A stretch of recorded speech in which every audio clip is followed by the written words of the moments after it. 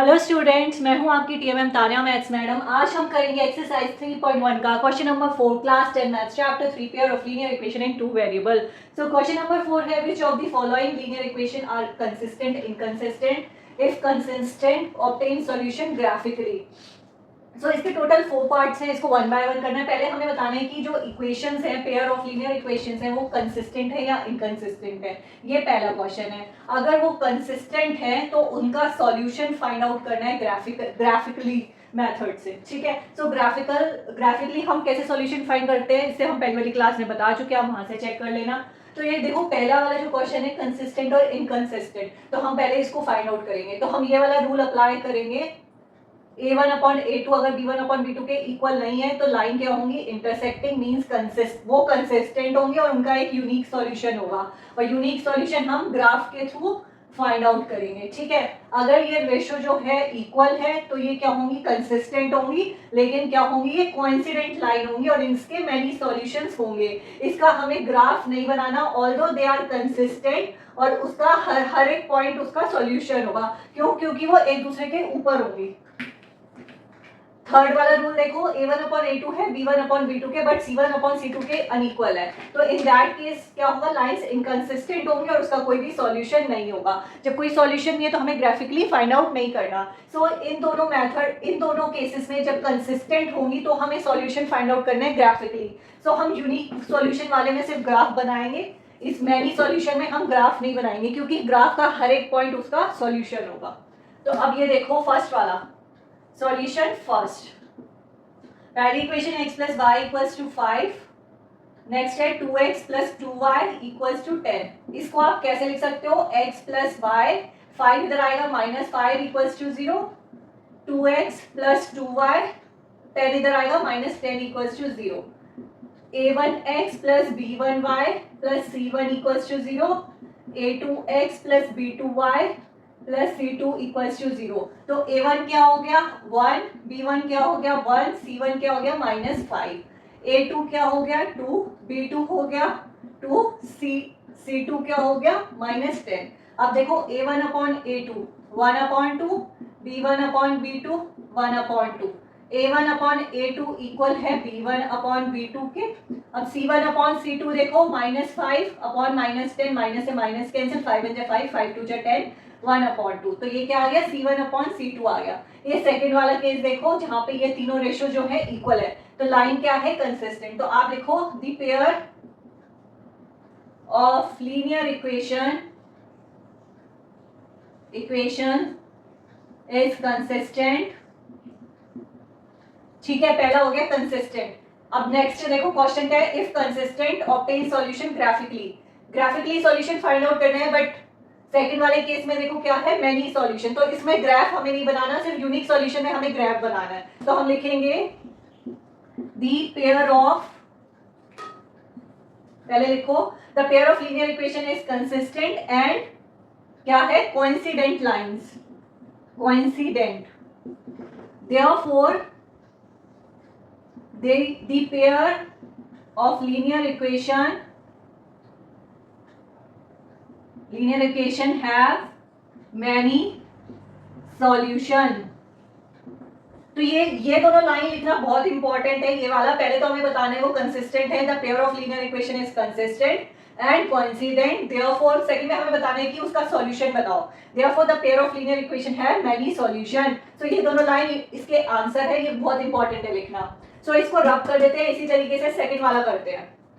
Second वाला देखो, x minus y equals to 8, इसको कैसे लिख सकते हैं, x minus y minus 8 equals to 0, ये पहली इक्वेशन हो गई। सेकंड देखो, 3x minus 3y minus 16 equals to 0, a1 हो गया 1, b1 हो गया -1, c1 हो गया -8, a2 हो गया 3, b2 हो गया -3, c2 हो गया -16। अब देखो a1 अपॉन a2 कितना आया 1 अपॉन 3, b1 अपॉन b2 कितना आया -1 अपॉन -3, c1 अपॉन c2 कितना आया। अब ये देखो यहाँ पे a1 अपॉन a2 इक्वल हो गया b1 अपॉन b2 के, c1 अपॉन c2 देखो -8 -16, माइनस से माइनस कैंसिल, 8 1 8, 8 2 16, 1 अपॉन 2, तो ये क्या है, is not equal to c1 upon c2। ये थर्ड वाला case, inconsistent line, therefore no solution. तो हम लिख देंगे the pair of linear equation is inconsistent,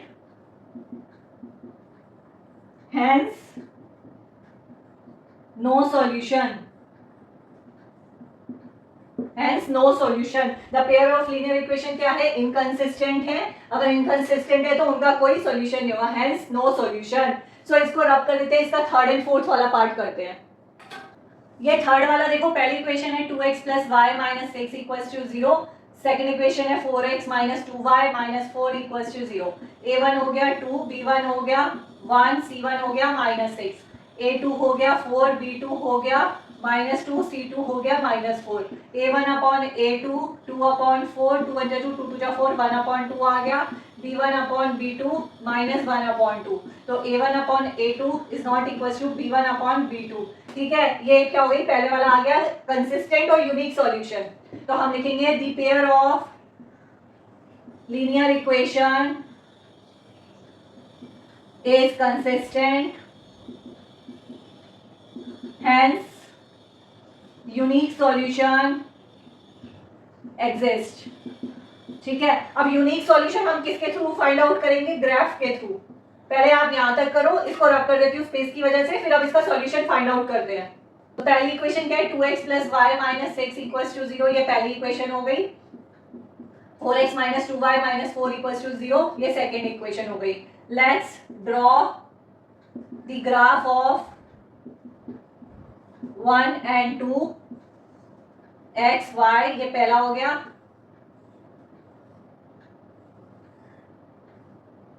पहले x की वैल्यू 0 ले लो. 1 में क्या आएगा? 2 multiply 0 plus y minus 6 equals to 0. Y minus 6 equals to 0. Y is equals to 6. ठीक है, अब y ले लो 0. 2x plus 0 minus 6 equals to 0. 2x minus 6 equals to 0. 2x is equals to 6. x is equals to 6 upon 2. 2 3 जा 6. तो क्या आया? y 0 3. अब ये सेकेंड वाला ले लो. x y, x की वैल्यू 0 रखो. सेकेंड वाले में x की वैल्यू 0 रखो. 4 into 0 minus 2y minus 4 equals to 0. Minus 2y minus 4 equals to 0. Minus 2y equals to 4. y is equals to minus 4 upon 2. 2 2 जा 4 minus 2.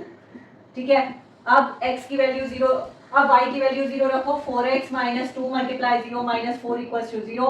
4x minus 4 equals to 0. 4x is equals to 4. x is equals to 4 upon 4 1. ये आ गई values. अब इन दोनों का graph draw करो graph paper पे और check करो कि ये दोनों लाइन किस पॉइंट पे इंटरसेक्ट करती हैं. सो ग्राफ पेपर पे दोनों इक्वेशन को ड्रॉ करते हैं. Horizontal line x x dash और vertical line y y dash, और ये नंबरिंग कर लिया. और ये पहली इक्वेशन है, उसके कोऑर्डिनेट है, इसको ड्रॉ करते हैं. x 0 है, y क्या है 6. ये पॉइंट मार्क कर दो. y क्या है 0 है, x क्या है 3 है. ठीक है, ये अब स्केल की हेल्प से एक स्ट्रेट लाइन ड्रॉ कर लो. ये ड्रॉ हो गई एक स्ट्रेट लाइन. ये स्ट्रेट लाइन क्या हो गई? 2x plus y equals to 6. ये हो गई हमारी इक्वेशन.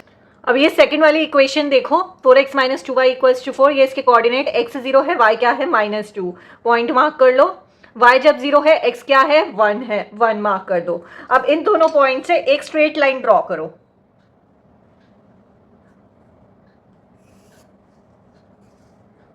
ये क्या हो गई? Straight line. 4x minus 2y equals to 4. ये दूसरी इक्वेशन हो गई. अब देखो, ये इस पॉइंट पे कट कर रही है, एक दूसरे को इंटरसेक्ट कर रही है इस पॉइंट पे. ये पॉइंट क्या हो गया? ये चेक करो. ये देखो, x कितना हो गया 2, y कितना हो गया 2. तो इसके कोऑर्डिनेट्स क्या हो गए? 2 2.